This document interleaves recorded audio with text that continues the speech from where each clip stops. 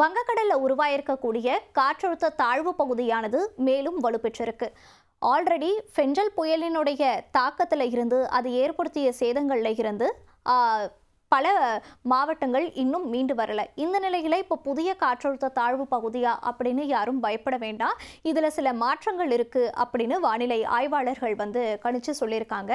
சரி, இப்போ இதனுடைய ஸ்டேஜ் ஆனது எப்படி இருக்கு, இது என்ன வலுப்பெற்றிருக்கு, இது நகரக்கூடிய திசை எந்தெந்த மாவட்டங்கள்ல எல்லாம் தாக்கங்களை ஏற்படுத்தும்னு வானிலை ஆய்வாளர்கள் சொல்லியிருக்காங்கன்னு பார்க்கலாம். அதாவது இப்போ நம்ம இங்கே சுழற்சி பார்க்குறோம் இல்லையா, இங்கே வங்கக்கடலில் தான் நம்மளுக்கு இந்த காற்றழுத்த தாழ்வு பகுதியானது உருவாச்சு. இது குறைந்த காற்றழுத்த தாழ்வு பகுதியாக இருந்தது. இன்னைக்கு காலையில் இது ஆழ்ந்த காற்றழுத்த தாழ்வு பகுதியாக மாறி இருக்கு. அதாவது லோ ப்ரெஷர் ஏரியாவில் இருந்து ப்ரமோட் ஆகி டீப் ப்ரெஷர் ஏரியாவாக இது மாறி இருக்கு. ஸோ புயலா இது உருவாருமா அப்படின்னு சொல்லி கேட்டால் நம்மளுடைய வானிலை ஆய்வாளர் பாலச்சந்திரன் அவர்கள் என்ன சொல்லியிருந்தாங்கன்னா, புயலா மாறுறதுக்கான சான்சஸ் மிக மிக குறைவு, வாய்ப்பில்லை. இப்போ வரைக்கும் கணிக்கப்பட்டதில் பார்க்கும்போது இந்த காற்றழுத்த தாழ்வு பகுதி புயலா மாறுறதுக்கான வாய்ப்புகள் எல்லாம் இல்லை. இது இப்போ லோ ப்ரெஷரில் இருந்து டீப் ப்ரெஷராக மாறி இருக்கு. மண்டலமாக கூட இன்னும் மாறலை. ஸோ அதனால் இதை வச்சு யாரும் ரொம்ப பயப்பட வேண்டாம். ஆனால் மழையினுடைய தாக்கம் இருக்கும் அப்படின்னு சொல்லியிருக்காரு. இது நகரக்கூடிய திசை அப்படின்னு சொல்லி பார்க்கும்போது மேற்கு வடமேற்கு திசையை நோக்கி தான் நகரும். அப்போ நம்மளுக்கு இங்கே தென் தமிழக கடலோர மாவட்டங்கள் மற்றும் டெல்டா மாவட்டங்களில் அதிகப்படியான கனமழை பெய்யறதுக்கு வாய்ப்புகள் இருக்குது அப்படின்னு கணிக்கப்படுது. ஆல்ரெடி இந்த காற்றழுத்த தாழ்வு பகுதியானது உருவாகும் போதே வானிலை ஆய்வாளர்கள் கணிச்சது என்னன்னா, இந்த இப்போ உருவாயிருக்கக்கூடிய இந்த காற்றழுத்த தாழ்வு பகுதி ஃபெஞ்சல் புயல் உருவாகி ஒரு வேளை டிராவல் பண்ணுச்சு இல்லைங்களா, அதே மாதிரி தான் இது டிராவல் பண்ணுறதுக்கான வாய்ப்புகள் இருக்குது அப்படின்ற மாதிரி சொல்லியிருந்தாங்க. ஸோ அதன்படியே ஃபெஞ்சல் புயல் எப்படி டெல்டா மாவட்டங்களில் பெரிய அளவில் தாக்கத்தை ஏற்படுத்துச்சோ, அதே போல் இந்த காற்றழுத்த தாழ்வு பகுதி மேலும் ப்ரமோட் ஆகி டெல்டா மாவட்டங்களில் அந்த அளவுக்கு தாக்கத்தை ஏற்படுத்துமா அப்படின்றது நாட்கள் போக போக அதோட வீரியத்தை பொறுத்து தான் அமையும். ஆனால் டெல்டா மாவட்டங்களில் மழையானது இருக்கும், கனமழையானது இருக்கும் அப்படின்னு கணிச்சு சொல்லியிருந்தாங்க. இப்போவுமே அந்த கூற்றுப்படி தான் நடந்துக்கிட்டு இருக்கு. என்ன அப்படின்னு சொல்லி பார்த்தீங்கன்னா, டெல்டா மாவட்டங்களில் கனமழை அதிகமாக பெய்யும்னு வானிலை ஆய்வு மையம் சொல்லியிருக்காங்க.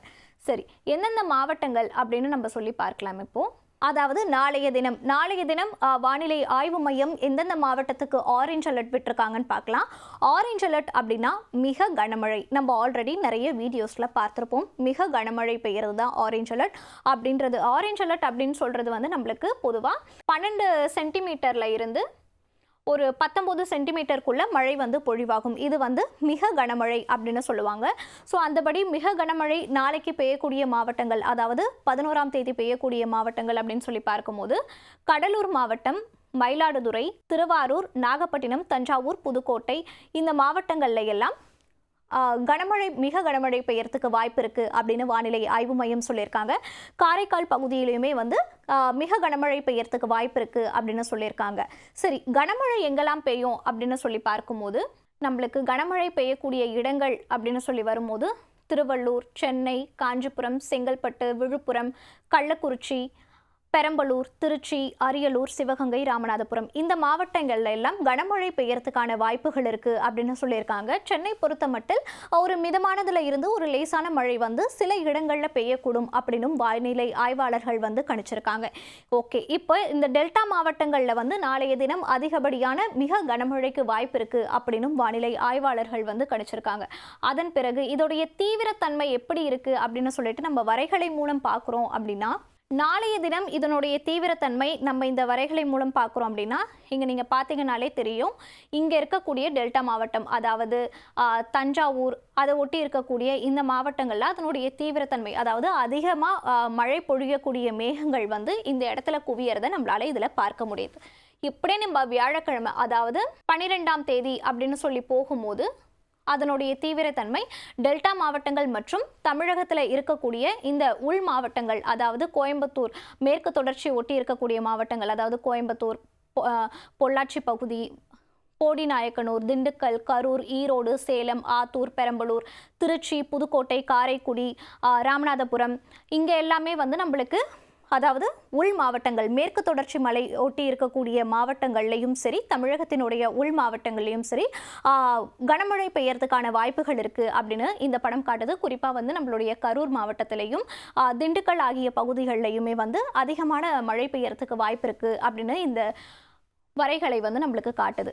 இதை நம்ம வானிலை ஆய்வு மையத்தினுடைய கூற்றுப்படி கரெக்டாக அக்யூரேட்டாக பார்க்கணும் அப்படின்னு சொன்னால் நம்மளுக்கு இந்த திருவள்ளூர்ல இருந்து தூத்துக்குடி, அதாவது முழுசாவே நம்மளுக்கு இந்த 12ஆம் தேதி தமிழகத்தில் இருக்கக்கூடிய இந்த கடலோர மாவட்டங்கள் எல்லாத்துக்குமே வந்து கனமழைக்கு வந்து வாய்ப்பு இருக்கு அப்படின்னு வானிலை ஆய்வு மையம் கணிச்சிருக்காங்க.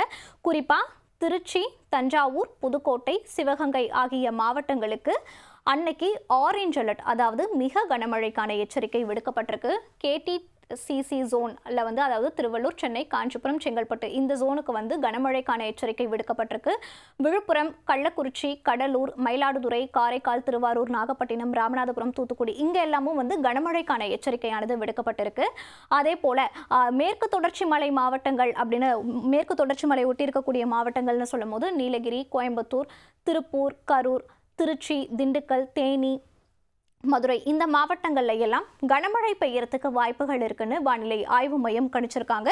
இது 12ஆம் தேதி, அதாவது அங்க அந்த காற்றழுத்த தாழ்வு பகுதியினுடைய வீரியம் வந்து மேலும் வலுவடையக்கூடும் அப்படின்னு கணிக்கப்பட்டு எந்தெந்த மாவட்டங்கள்ல எல்லாம் மழை பெய்யும் அப்படின்னு சொல்றப்போ 12ஆம் தேதி இன்னும் கொஞ்சம் வலுவடைஞ்சு இந்த மாவட்டங்கள்ல எல்லாம், அதாவது தமிழகத்தில் இருக்கக்கூடிய பல மாவட்டங்கள்ல கனமழை பெய்யறதுக்கான வாய்ப்பு இருக்குன்னு வானிலை ஆய்வு மையம் வந்து கணிச்சிருக்காங்க.